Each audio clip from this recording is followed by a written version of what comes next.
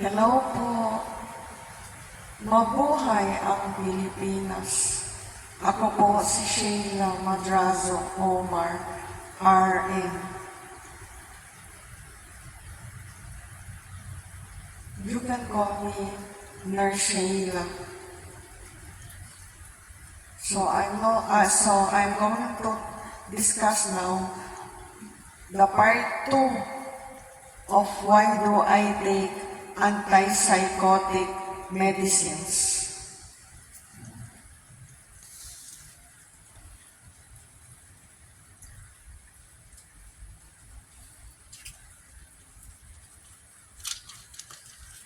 These antipsychotic medicines with prescription, antipsychotic meds made me gutsy to reveal the past evilness of my parents of the Omar clan. My dad's family name is Omar. There's MILF Camp Omar, and they have their attorney, Ramez Tan Omar. And it's also about how terrorism started in the Philippines. There's MILF Camp Omar. I'm a victim of the abusive parents.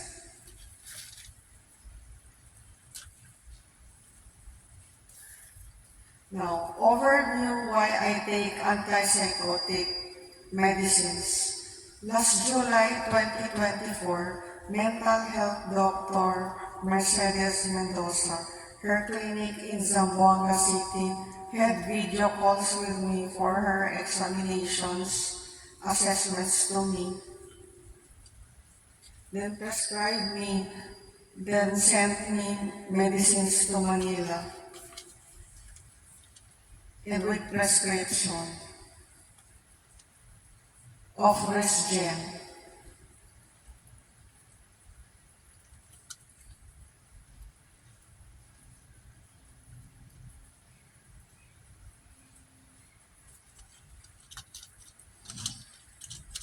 I take this 1/2 tab nightly before bedtime.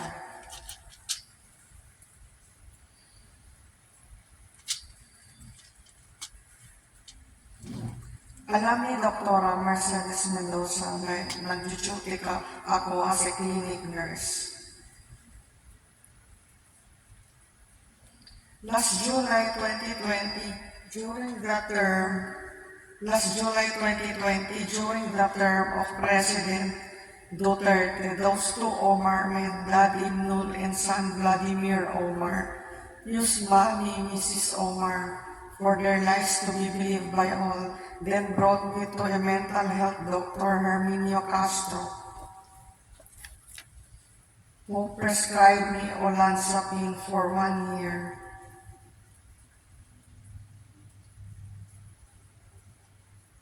That made me forget all the past terror crimes I know. Ito po yung Reseta RX ni Dr. Herminio Castro. That made me forget all the past terror crimes I know.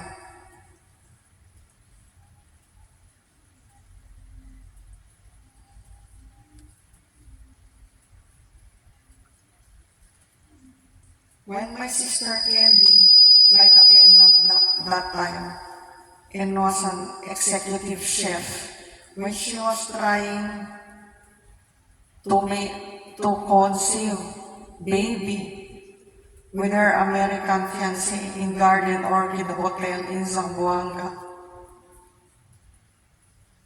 The Omar men, Ibnul Omar, son Vladimir Omar, with Mommy, Grand Mrs. Omar, transformed Candy as a kabit of Canadian Red Snyder with 4 anak, then stolen all Candy's grand multi-millions and part of Madraso properties. Using Mother, Grand Mrs. Omar, then gave everything to Vladimir Omar, who immediately conceived 2 sons as herederos of all Candy's grand multi-millions and part of Madraso property. My middle name is Madrazo from mother's side. It was Chinese girlfriend Sherry Nelquit gave Vladimir Omar 2 sons to inherit, reserve herederos to inherit of all Candy's grand multimillions and part of Madraso properties. Then Candy convinced me to be pro-MILF, Malaysia Chinese, because the Philippine government is corrupt daw. The MILF are the Malaysia Chinese-sponsored private armies in Mindanao with their civilian-educated terrorists.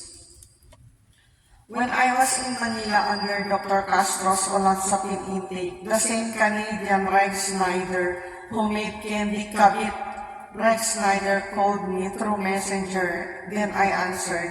Then he requested me to show my intimate parts in exchange of money he will send me to pay my rent. He told me, I want to see your virgin cunt. I just refused. During the term of next President Marcos, good Dr. Castro died. My olanzapine intake just consumed and stopped.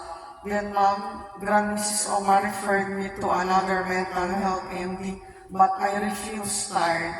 After 1 month, I started to remember the past terror crimes I know.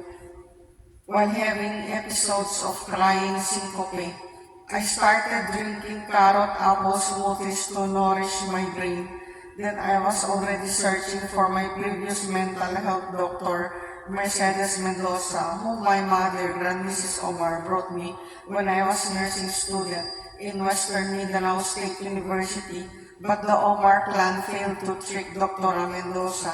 That's why I noticed they are angry to Dr. Mendoza.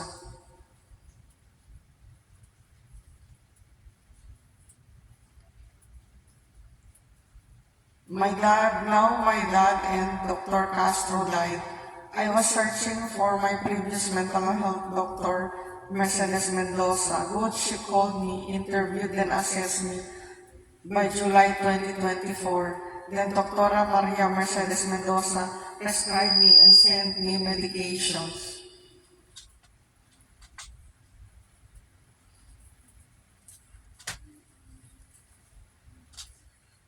With prescription. Ito po ang reseta sa akin ni Dr. Maria Mercedes Mendoza.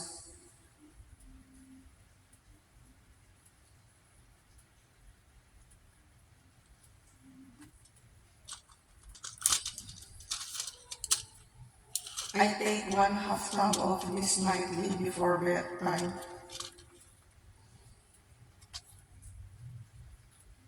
Nag-usap namin ni Dr. Maria Mercedes Mendoza. She assessed me, interviewed me through video calls and chats. Alam ni Dr. Mendoza that I'm working as a clinic nurse in Manila. As I continue to take Risgen, I remember more of the past terror crimes of the Omar clan and have got to reveal the abuses of and the sexual abuses of the Omar clan to me and Candy. Now, Dr. Mendoza gave me additional dose of 1/4 tab Risgen after breakfast. The Omar clan have their attorney, Mohammad Ramez Khan Omar, the eldest son of Simar Omar. It was my dad Ibnul who financially supported his younger brother Simar Omar to study engineer in Universidad de Zamboanga. Attorney Mohammad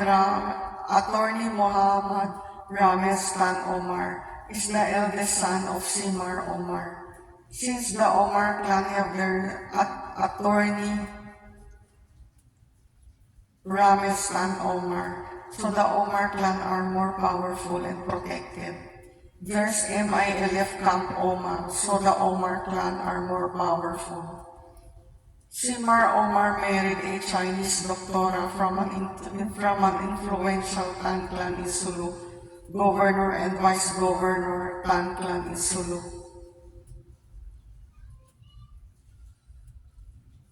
From Governor and Vice Governor Tan Clan in Sulu. The mother of Attorney Rames Tan Omar. Dr. Mrs. Farah Tan Omar gave Simar Omar 3 sons. The eldest is the new attorney Muhammad Rames Tan Omar. Since the Omar clan have their attorney Muhammad Rames Tan Omar, so the Omar clan are powerful and protected. And there's MILF Camp Omar. So the more the Omar are more powerful and protected. Tapos marami rin silang professionals, apelido Omar. When I was a little kid, my dad Ibn Nun stayed in Madrasa compound all free rents, but he facilitated brought prostitutes to stay in Madrasa compound paying the rents. Then my dad Ibn Nun brought his brother Simar Omar to stay in Madrasa compound. Then dad Ibn Nun financially supported to educate Simar schooling engineering in private school, Universidad de Zamboanga. Simar Omar stayed in Madrasa compound of Don Toribio Street, Tetuan, Zamboanga City. Madrazo is my middle name from mother's side. Madrazo. My uncle Bobby Madrazo trusted my dad, Ibnul Omar, because they were just colleagues in our Department of Agrarian Reform. I remember during the year 2003, when I was 23 years old, pinisil ni Mami ang puson ko dito.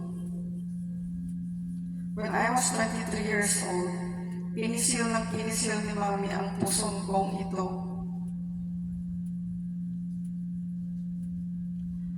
Kasama si Daddy at Said. Until lumabas ng dugo sa panty ko na. Sabi ni Daddy Ibnul at Mami, kasi sabi daw ng suruhano na si Tony Negreno. Dahil demonyo daw ako. Kasi sabi ni Daddy Ibnul at si Mami, nasabi daw ng manggagamot suruhano na si Tony Negreno dahil demonyo daw ako. Then dinala na lang ako sa ibang manggagamot suruhano na si Louis Sebastian at nagsorry na lang parents ko sa akin. Absolutely no OB check-up, kundi sa manggagamot suruhano lang na si Louis Sebastian.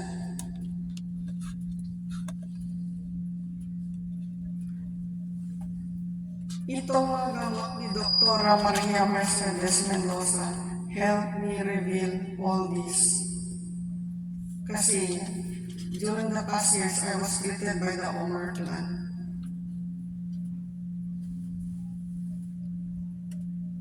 Naisumbong ko na to kay Dr. Maria Mercedes Mendoza. Malakas powers ng Omar. Wala akong guts magsumbong all those years.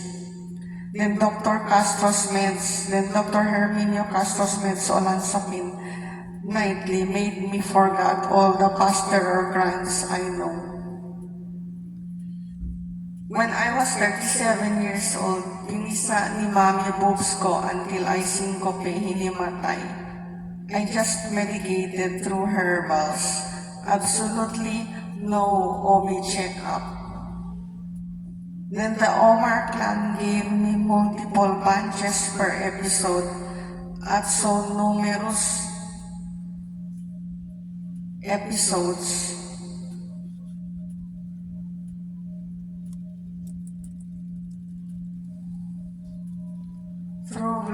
Through my brother Vladimir Omar, using Mommy, Grand Mrs. Omar already. During the year 2012, I was a volunteer RN.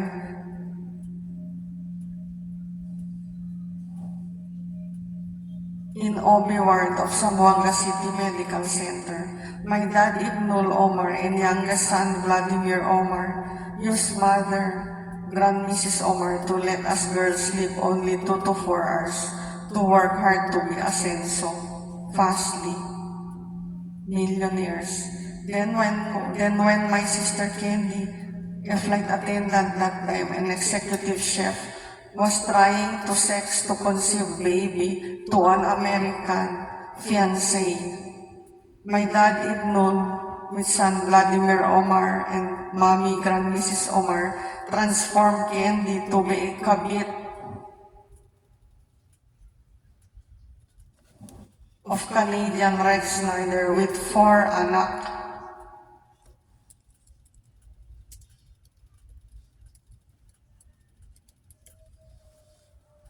Then stolen all Candy's grand multi-millions and properties and part of Madraso properties using mother Grand Mrs. Omar.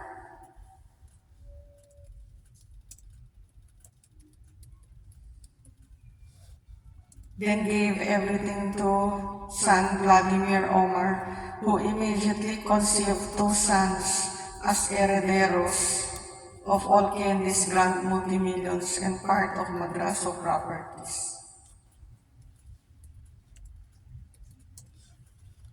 It was Chinese girlfriend Sherinel gave Vladimir 2 sons to inherit Candy's grand multi-millions and properties.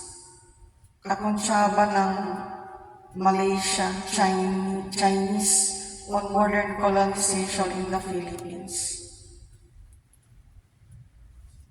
It was Chinese girlfriend Sherinel who gave Vladimir Omar 2 sons to inherit Candy's grand multi-millions and part of Madraso properties.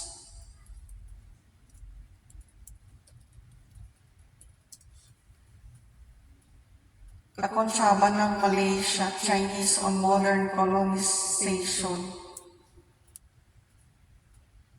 in the Philippines because Candy convinced me to be pro-MILF Malaysia Chinese because corrupt daw ang Philippine government. Kakonsyaba ng Malaysia Chinese. It was Chinese girlfriend Sherinel gave Vladimir Omar 2 sons to inherit Candy's grand multi-millions and part of Madraso properties. Kakonsyaba lang ng Malaysia Chinese on modern colonization in the Philippines because Candy's convinced me to be pro-MILF Malaysia Chinese because corrupt daw ang Philippine government. Understood, influenced, strict by the Omar clan using mother Grand Mrs. Omar already, and they were treated by holy water, brought home carried by Vladimir Omar, accompanied by Grand Mrs. Omar, mommy, Grand Mrs. Omar already. Later, I will discuss this colonization Malaysia Chinese. So, since inuwi ni Vladimir holy water doon, Vladimir Omar, inuwi niya holy water, brought home carried by Vladimir Omar in holy water with mommy, Grand Mrs. Omar already.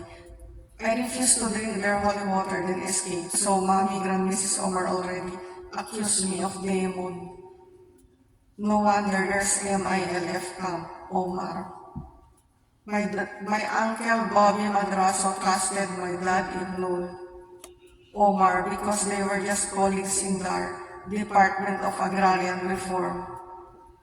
My dad and Uncle Bobby Madraso now are dead.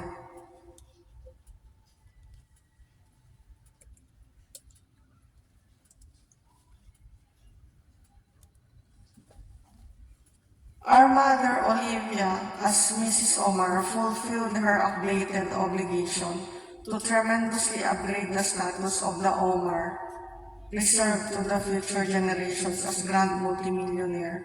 She fulfilled her updated obligations as Mrs. Omar. My father, Ibnul Omar, just food tricked us. My mother and the Madraso clan never knew anything of the Sabah history issue of Tausug strife from Sulu. My mother and the Madraso clan never knew anything of the Sabah history issue of the Tausug's tribe from Sulu was the cause of terrorism, extremism in Mindanao and Philippines as a whole, to the over massacre to our PNP sa 44 last January 25, 2015 in Mamasapano, Maguindanao. I, Sheila Madrazo Omar RN, have 1/4 blood Tausug and 1/4 Saudi blood from father's side. And there is MILF Camp Omar, kaya naka-spy po ako.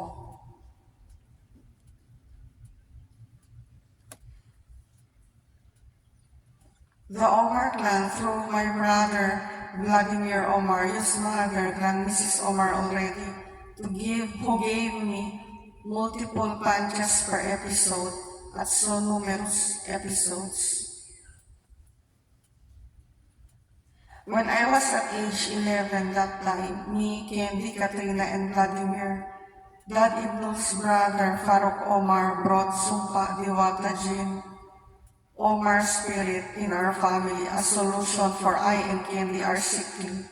Then our whole family was brought to Sulu in ancestral house of Lolo Omar, where the Sumpa Diwata Jin ritual was conducted. There was yellow rice in crocodile shape with eggs on top, and women dancing around Pangalay dance, the Tausug dance. Then we ate the yellow rice with eggs on top. We stayed in Sulu few days. Then we just went back to the Madrazo ancestral house in Zamboanga. Tapos pinaalaga sa amin yung mga Sumpa Diwata Jin Omar spirits. Naglagay si Farooq Omar ng beddings, yellow-green beddings above the aparador sa kwarto covered with yellow-green curtains. Yun lang yung alagaan daw namin yung Sumpa Diwata Jin Omar spirits na yun. I read in Quran there was jinn, pero hindi ko po maintindihan. Since sakitin kami ni Candy, mga Omar nagbigay, sakitin daw, ganun daw. Kaya magsumpa, Diwata Jin daw, naglunas sa mga sakit. I noticed later that this Sumpa Diwata Jin is a diversionary tactic on healing and healing from one faith healer to another, from one Muslim imam to Catholic Archbishop Romulo Valles counseling, from one professional MD to another, and most of them are ignorant of the deadliest Sabah history issue of Tausugs, kaya hindi na-focus to save lives of genuine stakeholders in Mindanao terrorism to the over massacre to our PNP sa 44, which started from the deadliest Sabah history issue of Tausugs through Ninoy Aquino and Chinese Xiao Chua's version story of the Jabida massacre story of Tausug Moros in Corregidor last 1968. Later po, ikwento ko po yan. The Tausugs are the tribes from Sulu. I have 1/4 blood Tausug and 1/4 Saudi blood. That's why I know. And there is MILF Camp Omar, kaya naka-spy po ako.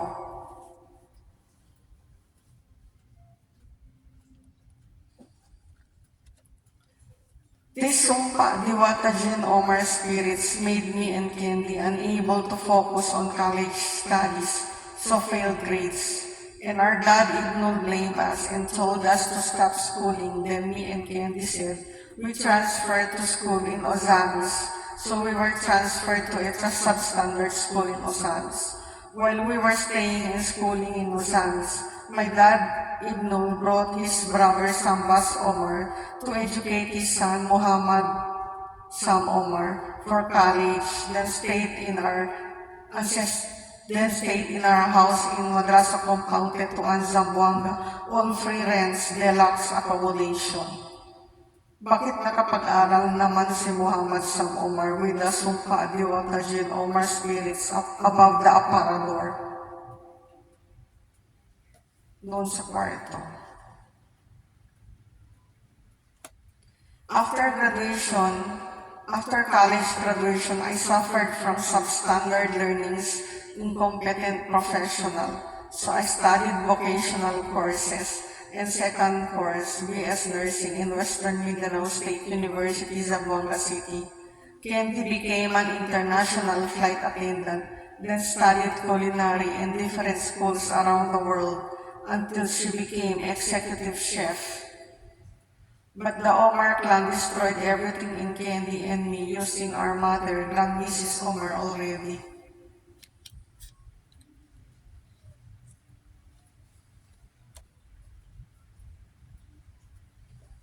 Later, I discovered that me and Candy have great competitor.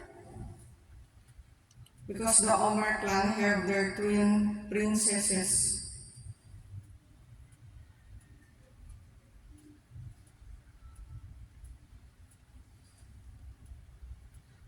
These are the twin princesses of the Omar clan.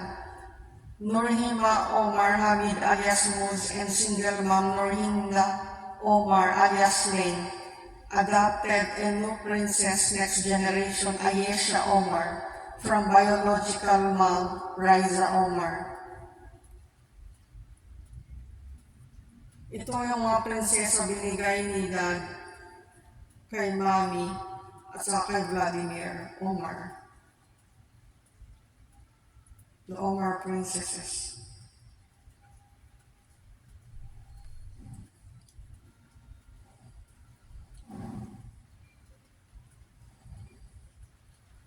Here, Ayesha, the next generation Omar princess, Ayesha Omar, portrayed the role of Maria Clara for the short film Noli and Elfili by Dr. Jose Rizal in Ayesha School, de Las Piñas National High School.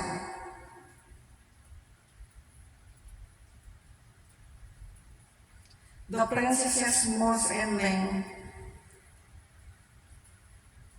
At the side, the Omar princesses Muz and Ling are the youngest sisters of my dad from Grandpa Muhammad Omar's first wife.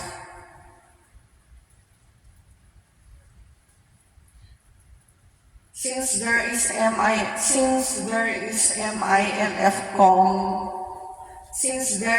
MILF Camp Omar,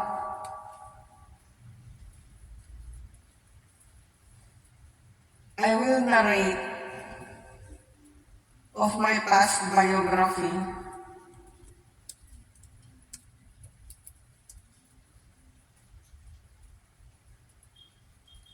In relation to history of Sabah issue of Tausug's tribe from Sulu, was terrorism in the Philippines, to the over massacre to our PNP sa 44, last January 25, 2015, in Mamasapano, Maguindanao.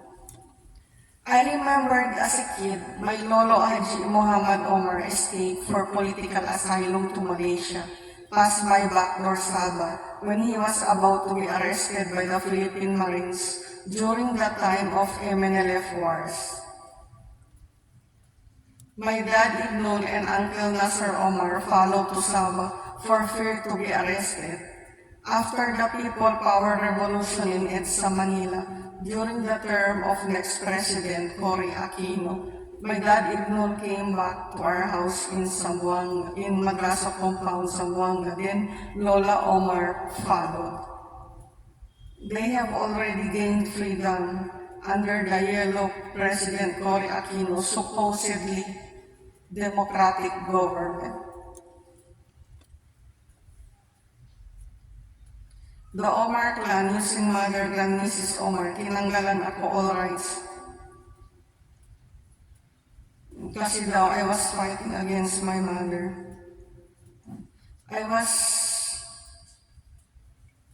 Yun ang accusations ng mother ko. I was fighting against mother daw.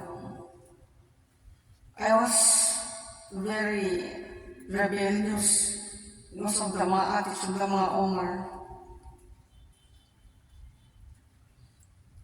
Palakasan mom ko, Grand Mrs. Omar, with son Vladimir Omar and dad Ibnul Omar,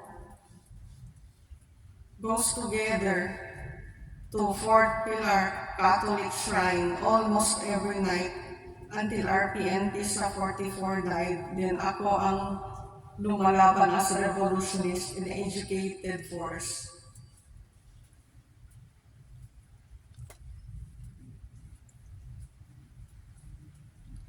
Then my sister Candy,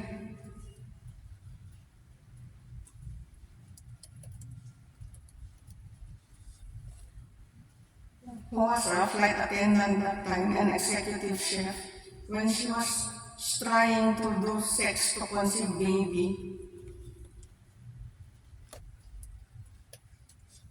to an American fiancé in Guardian Orchid Hotel in Zamboanga.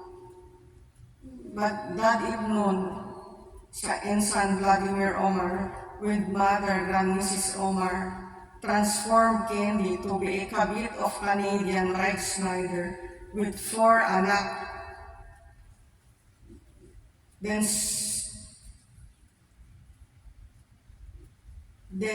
stolen all Candy's grand multi-millions and part of Madraso properties. Using mommy, Grand Mrs. Omar, then gave everything to son Vladimir Omar.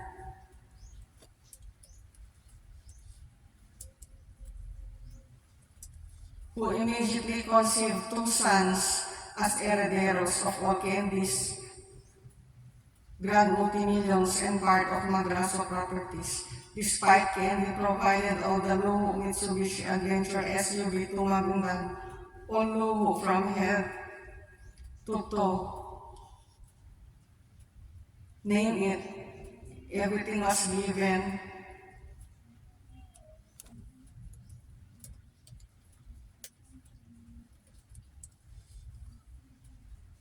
To Mrs. Omar, Dad, Ibnul, and Vladimir Omar. Name it, from head to toe, everything was given, all the law was given to Dad, Ibnul, Vladimir, and Ma'am Grand Mrs. Omar. Binigay ni Candy lahat sa kanila.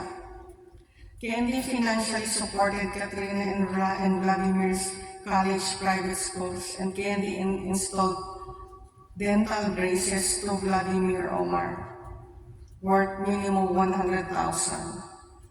My mother, Mrs. Omar, just teased me because my teeth are crooked.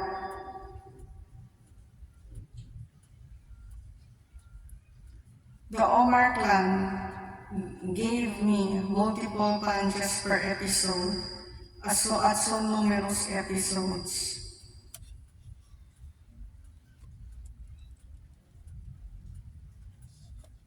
Through Vladimir Omar, using mommy, Grand Mrs. Omar already.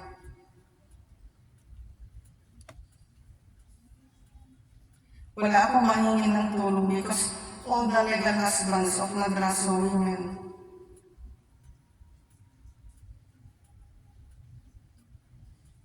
early, they stayed in Madrasa compound, all free rents, which upgraded to deluxe accommodation, still all free rents.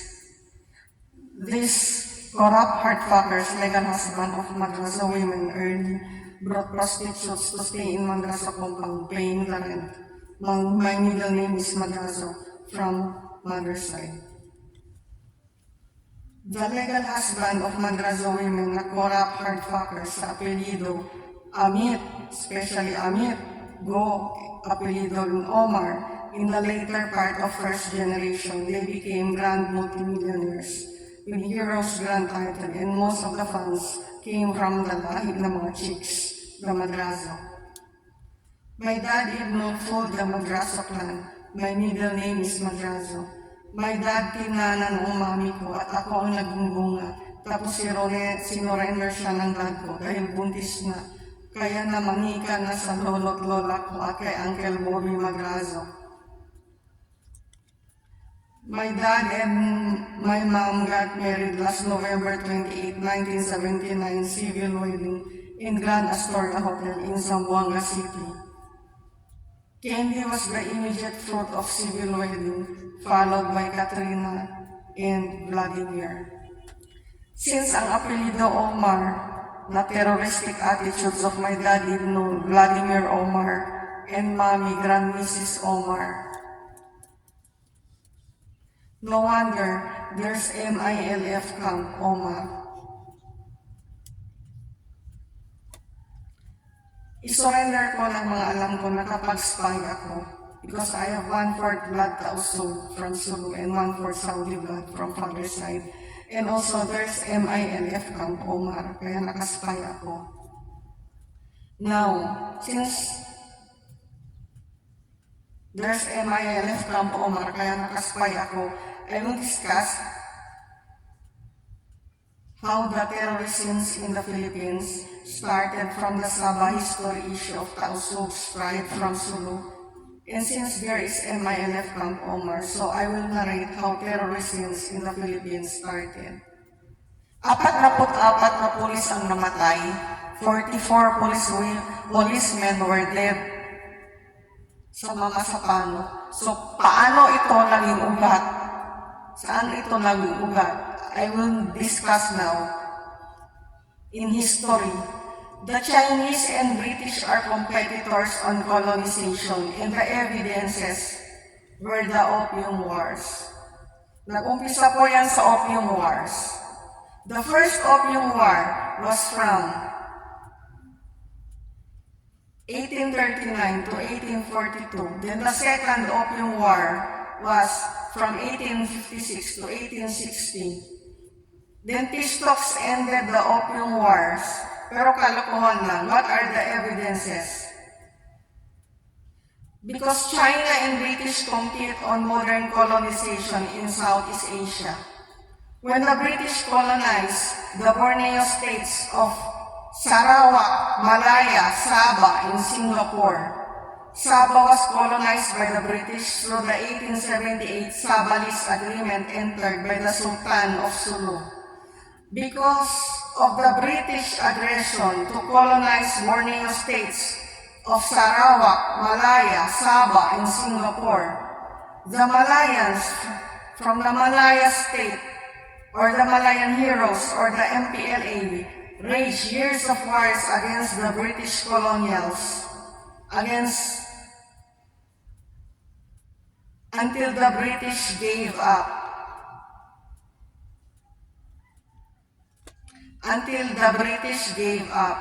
So the Malayans from the Malayan state formed the Cobalt Commission to determine whether the citizens of Sabah and Sarawak favored their territorial inclusion to Federation of Malaysia. While referendum was conducted in Singapore, accordingly mostly favored with minor oppositions. So a new nation, bagong bansa na buo, called the Federation of Malaysia was formed last 1963, composed of Malaya, Sarawak, Sabah, and Singapore. So nabuo ang bagong bansa called the Federation of Malaysia last 1963. According to the British, they granted independence to Malaysia. So meaning it's now Malaysia who continued to be the competitor of Chinese on modern colonization in Southeast Asia. In the colonization in Southeast Asia, nag-umpisa yan sa British at saka Chinese. They are competitors on colonization in Southeast Asia. Since na-explain ko na paano nagkagera, tapos nabuo ang Federation of Malaysia or Malaysia last 1963, a new nation recognized by the United Nations, Federation of Malaysia or Malaysia. Then according to the British, they granted independence to the Federation of Malaysia or Malaysia. So meaning it's now Malaysia who continued to be the competitor of Chinese on modern colonization in Southeast Asia. Last 1965, Singapore separated from Malaysia because of the interference of the Chinese. So nakialaman yung Chinese dito sa Singapore, kaya last 1965, Singapore separated from Malaysia. So since the inclusion of North Borneo, known as Sabah, to the Federation of Malaysia last 1963 was in conflict because of the 1878 Sabah Lease Agreement entered by the Sultan of Sulu with the British through Albert Dent of British North Borneo Company. So since the inclusion of North Borneo, known as Sabah, to the Federation of Malaysia last 1963 was in conflict because of the 1878 Sabah Lease Agreement entered by the Sultan of Sulu, a Filipino, with the British through Albert Dent of the British North Borneo Company. Ang tanong, bakit pagmamayari ng Sultan ng Sulu ang Sabah? Why does the Sultan of Sulu own Sabah? The Sultan of Sulu owned Sabah because last 1658 there was Brunei Civil War, and the Sultan of Brunei seek help to the Sultan of Sulu to resolve the Brunei Civil War. So the Sultan of Sulu sent his royal Sulu warriors to Brunei, and they won in war. As a military gift, the Sultan of Brunei transferred the sovereignty rights of Sabah to the Sultan of Sulu. As a military gift, the Sultan of Brunei binigay ang Sabah to the Sultan of Sulu. Last 1962, the Sultan of Sulu transferred the sovereignty rights of Sabah to the Republic of the Philippines through Philippine President Diosdado Macapagal. Then by 1963, President Macapagal accepted the inclusion of Sabah to the Republic of the Philippines. Kaya nagselos ang Malaysia. President Macapagal challenged Malaysia to bring the Sabah issue of Tausugs to the United Nations. But this just challenged Malaysia, which waited for next Philippine President Marcos, who took over the Sabah issue of Tausugs. Then when Senator Ninoy Aquino released the Jabida massacre story of Tausugs Moros in Corregidor last 1968, then spread by Chinese historian Professor Xiao Chua, both Aquino and Chinese Chua admired Dr. Jose Rizal and the Katipunan revolutionists, caused inspirations of aggressive colonials. Malaysia, Chinese, other colonials funded Filipino private armies in Mindanao as Jabida heroes, whether civilian educated terrorists, in coordinations with Malaysia, Chinese-sponsored Filipino politicians, rising to Philippines' political powers, caused too much rising death tolls and beheadings, especially to genuine stakeholders from wars, bombings in Mindanao and other parts of the Philippines, to the over massacre to RPNP sa 44 last January 25, 2015 in Mamasapano, Maguindanao during the term of President Noy Aquino, the son of Ninoy Aquino.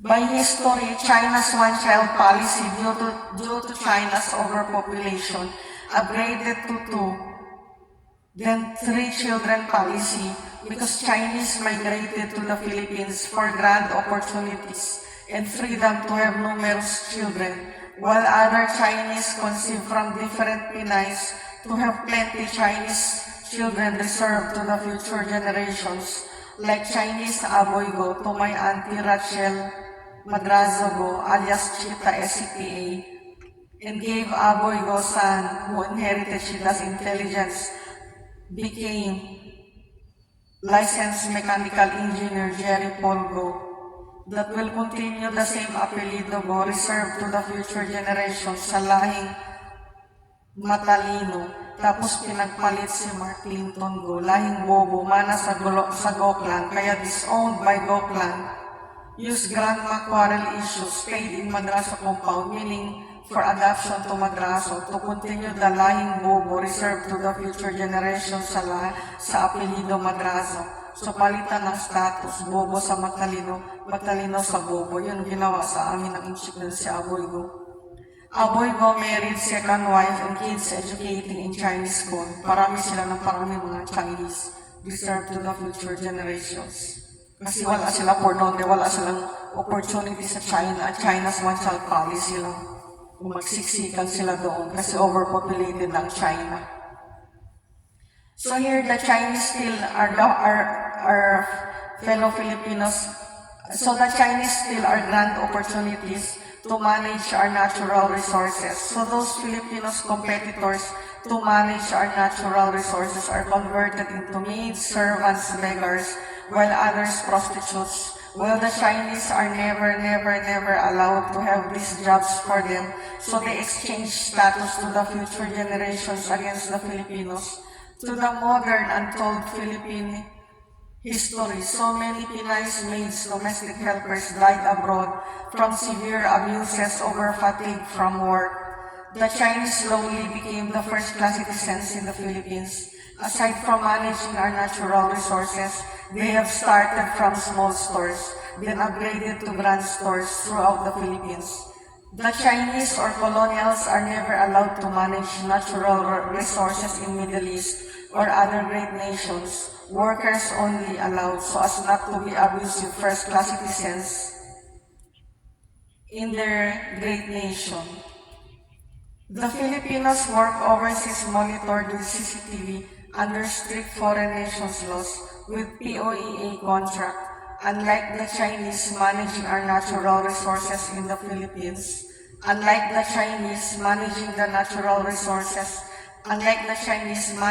natural resources in the Philippines, the Chinese can make their own laws. Common sense. Since Ninoy Aquino and Chinese Xiao Chua blame President Marcos, sinisi si President Marcos behind the Javida massacre story of Tausug Moros in Corregidor last 1968. So, common sense, whoever benefited from Ninoy Aquino and Chinese Xiao Chua's Javida massacre story of Tausug Moros in Corregidor last 1968, kung sino man na pinabang benefited sa kwentong ito nila, Ninoy Aquino and Chinese Xiao Chua, were the real masterminds to the killing of the Tausugs Moros in Corregidor last 1968. Common sense lang yan.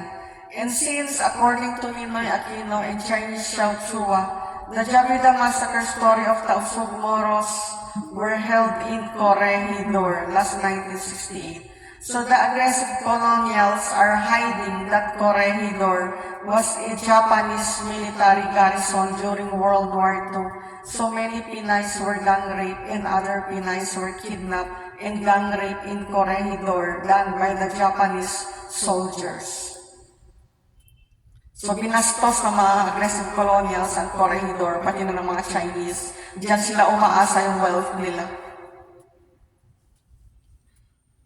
So when Senator Ninoy Aquino released the Javida massacre story of Tausug Moros in Corregidor last 1968, then spread by Chinese historian Professor Xiao Chua, both Aquino and Chinese Chua admired Dr. Jose Rizal and the Katipunan revolutionists was inspirations of aggressive colonials, Malaysia, Chinese, other colonials funded private armies in Mindanao as Javida heroes, with their civilians, educated terrorists, in coordinations with Malaysia, Chinese-sponsored Filipino politicians rising to Philippines' political powers. Was too much rising death tolls and beheadings, especially to genuine stakeholders, from wars, bombings in Mindanao and other parts of the Philippines, to the over massacre to our PNP sa 44 last January 25, 2015. in Mamasapano, Maguindanao, during the term of President Noy Aquino, the son of Ninoy Aquino. So since terrorism in the Philippines started from the history of Sabaishi of Taosogs tribe from Sulu, then the Taosogs, proud, highly educated, proud captain in Professional Regulation Commission, and the Taosog attorneys should investigate you all. And also those Filipinos graduated from international studies course. I challenge you all, investigate all this. And also, to all the Christian religious leaders, Jesus is no more. Because my mommy, Olivia alias Pinky, has been devoted to Jesus ever since she was a kid until all throughout her married life as Grand Mrs. Omar. There's MILF Camp Omar. Jesus has been with Vladimir Omar.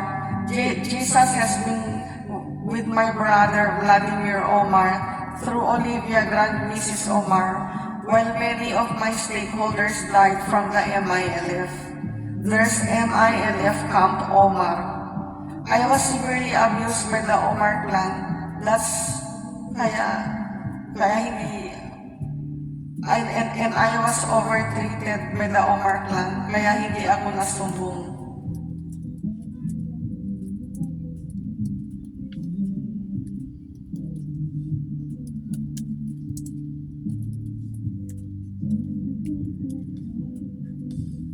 Dinala ako ng mami kong Grand Mrs. Omar na kay Dr. Herminio Castro that made me forget all the pastoral crimes I know through the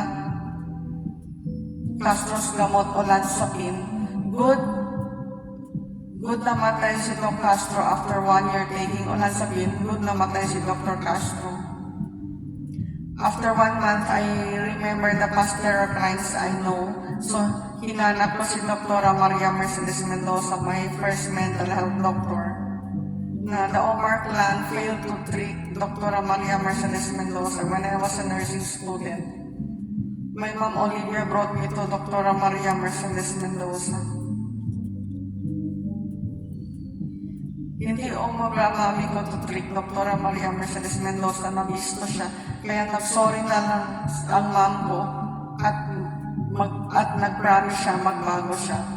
All those years, mom, me, Grand Mrs. Omar, and me quarreling, and Jesus was hiding my mom Olivia and punishing me.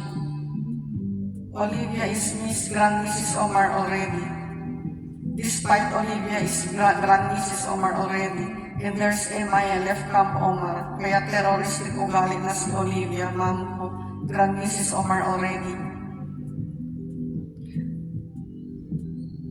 Tapos, pahil lang ng pahil kay Dr. Efren Arsonia Jr. na mahilig mag-pray over.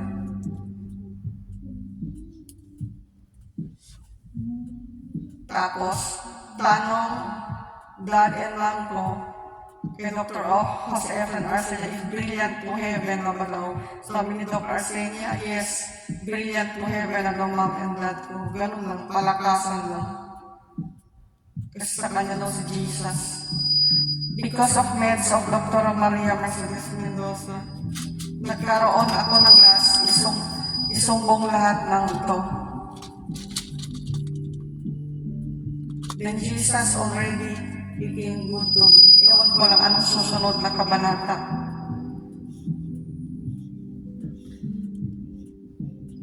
Salamat po sa pakikinig nyo. Meron pa po ako mai-recommend sa inyo YouTube videos to watch.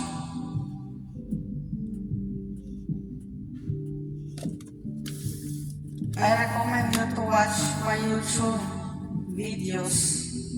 The Saba History Issue of Taosogs and the Corrupt Fuckers to Madrazo Women. My middle name is Madrazo from mother side. So, ang title po, The Saba History, HX lang po, HX, ang history. Entitled Saba History Issue of Taosogs and the Corrupt Fuckers to Madrazo Women. Part 1, 2, 3, 4, and 5 po yan. Panoorin po yan. Marami po kayong matututunan and please investigate. I challenge you to investigate everything. May Attorney Omar man sila, no? Tingnan natin. Tapos pasikreto pa nila pinaaral si Attorney Ramirez Tan Omar ng law. Tingnan natin. Nalaman ko attorney na lang. Attorney Ramirez Tan Omar na lang. Tingnan natin. So, I challenge you all to investigate all this. Challenge din yan kay Attorney Muhammad Ramirez Tan Omar nila. Tingnan natin. So, maraming salamat po sa pakikinig. Again, ako po si Sheila Madrazo Omar RN. You can call me Nurse Sheila. Maraming salamat po at para sa paglilingkod sa ating minamahal, para sa paglingkod sa ating minamahal na bayang Pilipinas. Maraming salamat po.